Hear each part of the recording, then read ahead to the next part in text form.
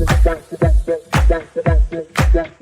to the Organizational Maneuverability Radio Show, defying gravity so your team can soar at altitude, with host Marshall Goldsmith, executive coach Randy Swaim.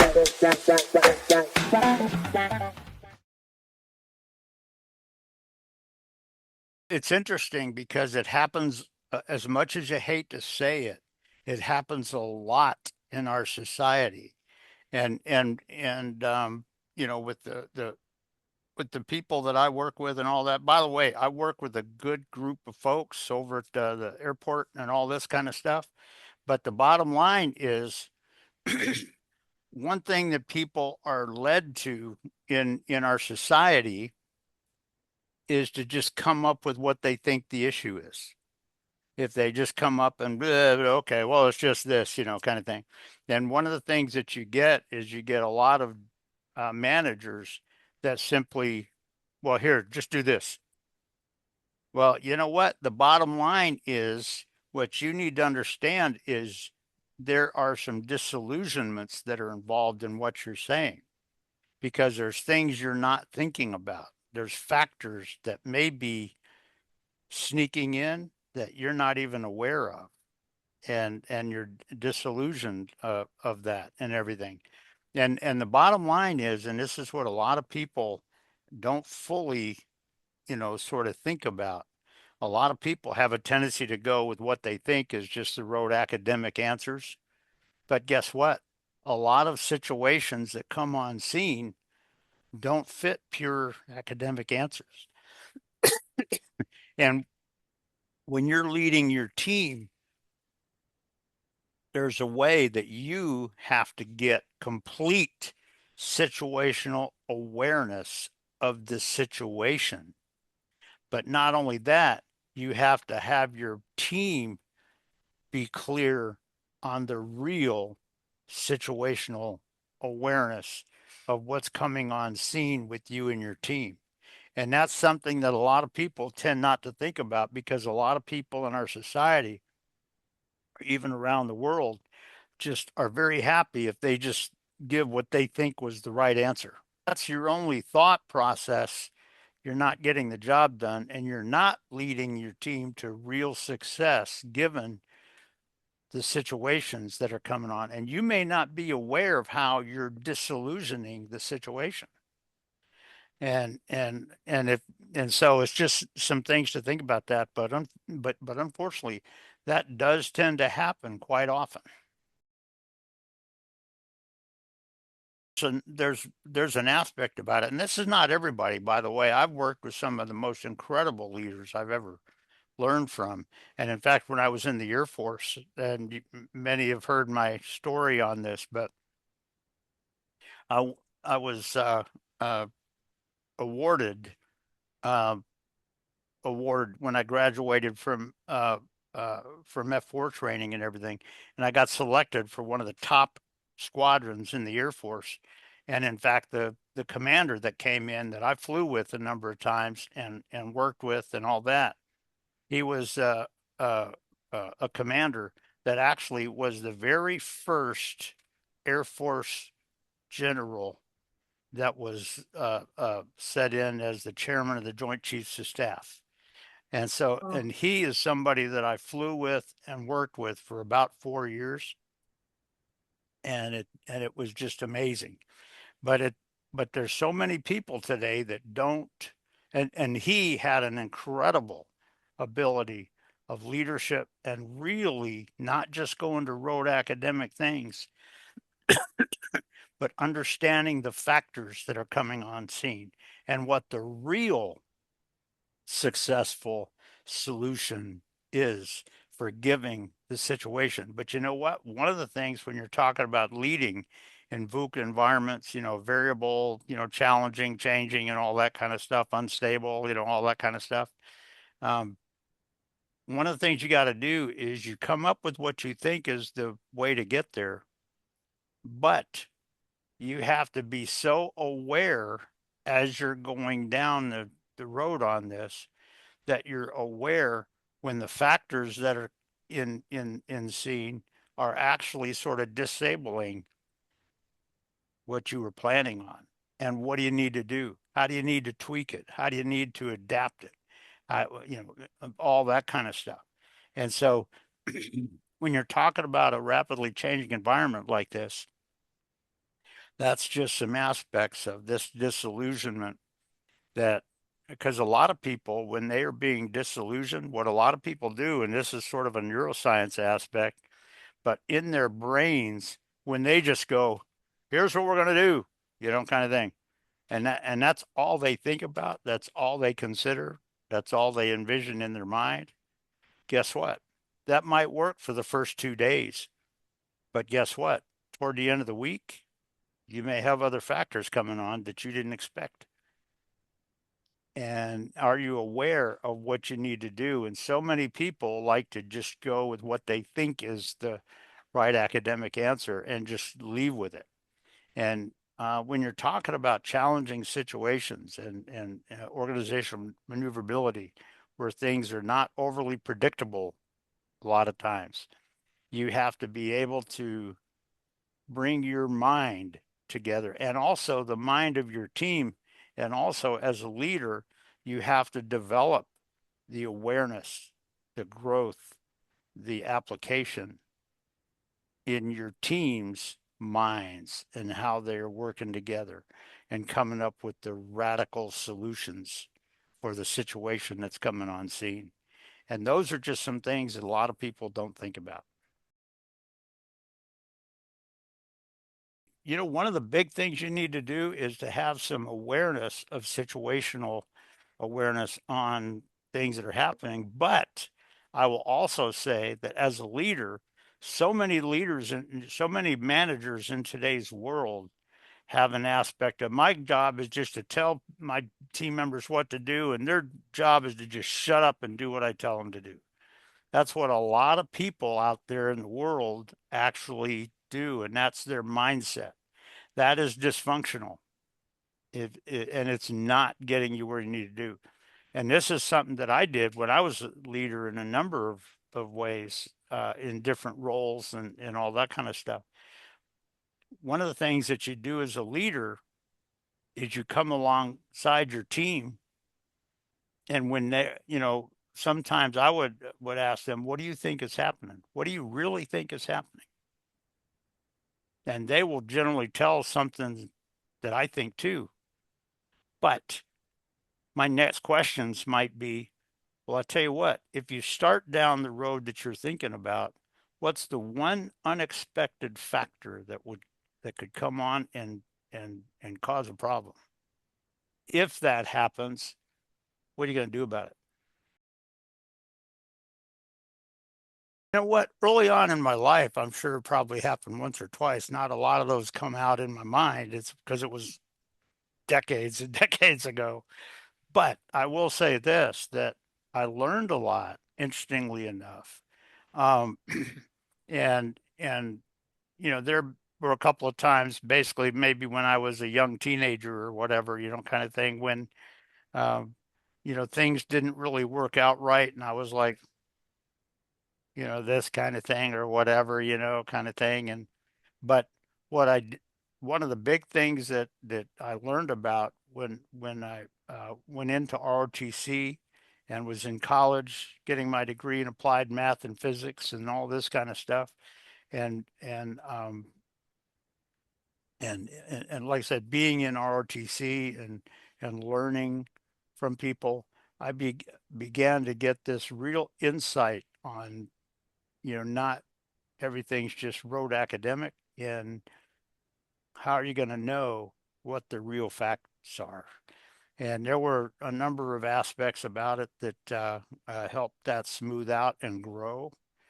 And and then, like I said, it sort of blew me away when I was hand selected for F4 training and electronic warfare uh, kind of thing, because that's what I wanted to do and be, kind of thing. And so but even when I was went to F4 training, like I said, I graduated as the outstanding WISO graduate from that.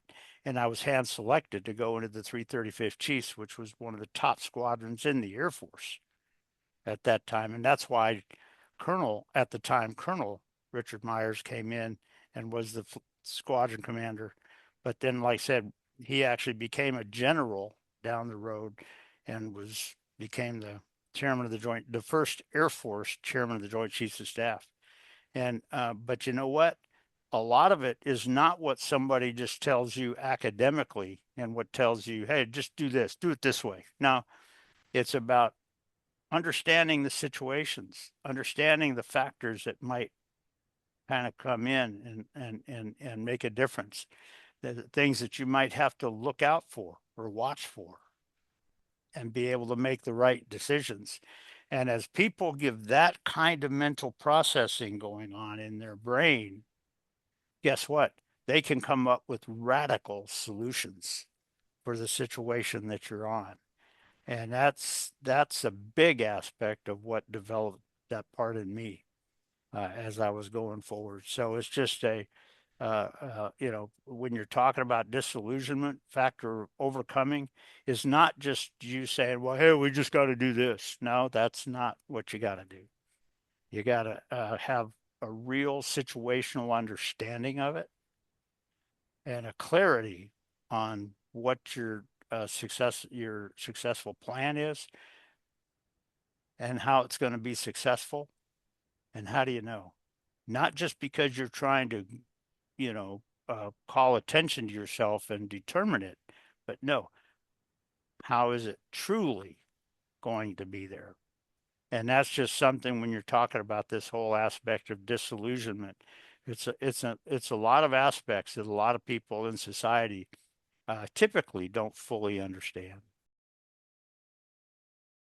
Because people have a tendency to be their entire focus is on themselves and bringing attention to themselves and all this. And you know what? I don't want to if the situation doesn't work out right, I don't want to, make it sound like I chose wrong. No, it's them. That should have been like this and you didn't make it like that and that kind of stuff. And that's the dysfunctional part of this, and to overcome that part of dysfunctional as a leader, you have to get off of that. Because here's the thing, if it didn't work out, that probably means you didn't think about it adequately at the beginning, possibly. And but that's what a lot of people do, and you're right, a lot of people have that mindset that when it doesn't work out just right, they kind of blame their team. Well, you just didn't do this right. This should have been like this, Or I've heard people say, well, that should have been like this. Well, you know what? Why wasn't it? "Well, I don't know." Well, you should have known. You should have had clarity on it and stuff like that. And so it's just with what you're saying is true, and that's just a little expansion on it. What leaders need to do, and this is just what I'll just share very quickly here, but what leaders need to truly do is to truly get comfortable with a coaching approach where you can ask awesome questions and not just have them go to rote academic answers that you want them to tell you. No, ask them, cool questions that have a tendency to get their mental processing going and starting to understand the factors and the systems, but also becoming aware of where subtle points of disillusionment are coming into play. And what do you need to do about that? Because that's one of the questions I've asked people in my career a lot. How are you going to be aware of disillusionment if it comes on scene on something coming up? And what are you going to do about it? And I get them thinking that mentally about as an active, person in their team, you know, how they're going to be aware of that, but also what are they going to do about it? And that's just a huge and critical sort of aspect of it. So many people in today's world, their tendency is to just blame whoever is causing a problem that's not letting them go there. That's not getting you there, kind of thing. when you talk about face baked, and this is what a lot of people don't understand, and I'll just sort of throw this out there, but the God that I serve, there are times when there are struggles that come on scene, not because he's being mean or anything, but why? Because you're learning. You are learning. And in fact, I'll share this, and this is a actual positive thing. So I'm not gonna. Some may sort of misunderstand this, but it's not that at all. Um, well, I'll tell you what. I'll sort of leave it, but I will say this: that in my book, I talked about my ex-wife that she was struggling, and she had uh, there were some times in around 2010 where I knew she was leaving and she was going to divorce and everything. And the only thing that I'll say on this is just very quickly, um, there was almost like this room filled thing, person come in and he said, you know what, just forget about that and just go back to, you know, uh, these stuff, this stuff, this stuff. And I just said, I'm not doing that. And almost immediately I could sense God's presence fill in the room. And it's almost like he walked up to me and said, good, Randy. What I told the Lord that I served right then was that I said, you know what, Lord, I'm going to stay committed to her going forward, regardless of what happens. I'm going to be all for her going forward. And walked out. Well, she did leave and she divorced, but she was blown away because there were 3 years where I let her great grandkids and granddaughter move into my house and live with me and I just came so good with the grandkids and all that kind of stuff. I loved them and everything. And but then the mother became very abusive and stuff. And so they were going to end up being divorced and they were going to be moving out. But I stayed totally committed to those kids.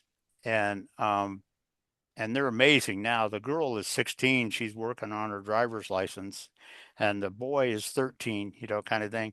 But what I will say is this, that there was a time where I sent a check that kind of paid off a little bit for her dad who was passed away and everything.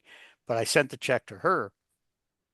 But it was about 6 or 8 weeks before I saw it come to my account, and I went, hmm. And I talked to my pastor's wife, and I said, "Is there something going on with her?"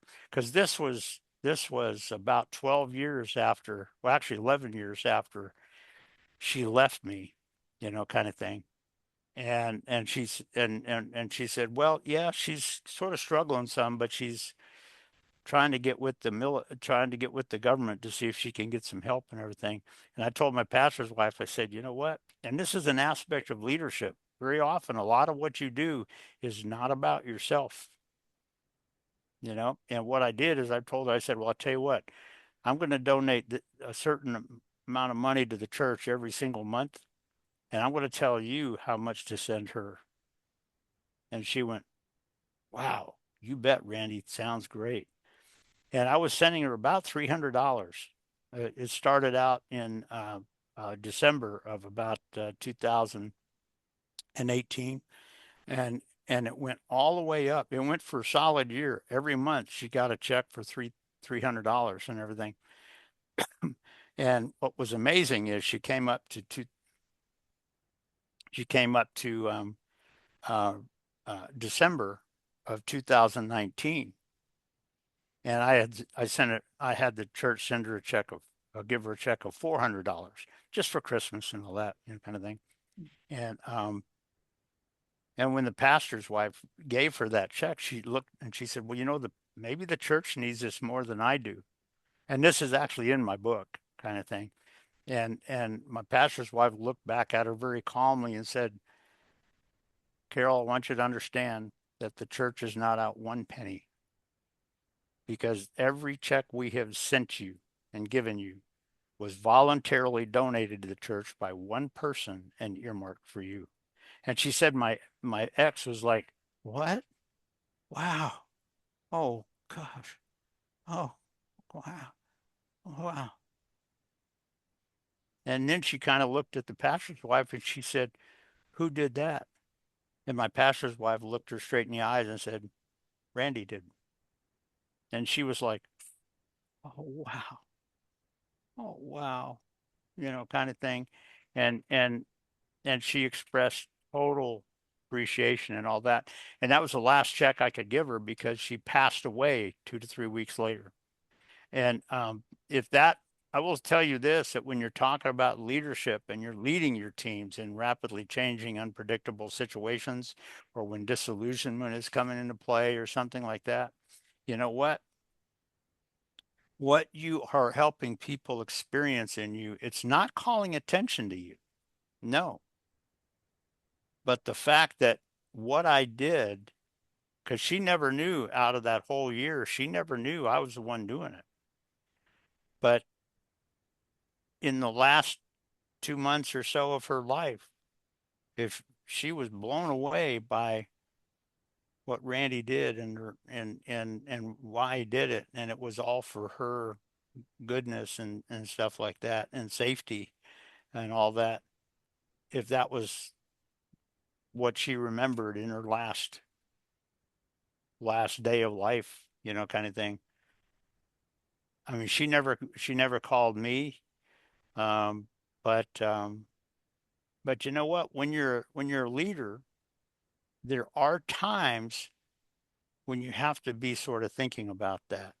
You have to be thinking about what I'm going to truly do to make my team members experience some radical truth that's different, um, and experience that. And you know what? That's that whole story there is in my book, autobiography. But there's um, the fact that that left her feeling sort of amazed about that with who did it, and that he was sharing some degree of love with it, kind of thing. And this was actually about 11 years after she left and everything. And all of that, there's a sense where your team has to truly experience your love for them, your sense, the sense that they have of how you're really making this amazing for us. And you know what? Because if people sense that, you know what, with your team, they trust you. And you know what? They want to do more. They want to think more. They want to become more and become more successful. And you know what? That's what a lot of people in the societies don't fully understand. But you know what? That's a clear aspect of the leadership aspect in this, particularly when you're realizing that a lot of the things that come on scene can be dysfunctional. And you know what? That's a lot of times that's a key way that you can overcome the dysfunctional aspect of it. So it's just a little bit of a deeper aspect of kind of uh, where what you were thinking about with this. When you're talking about your commitment with your people and doing the right thing and making them feel right and things of that nature, and what's really inside of you, is that real leadership inside of you, really, or is it not?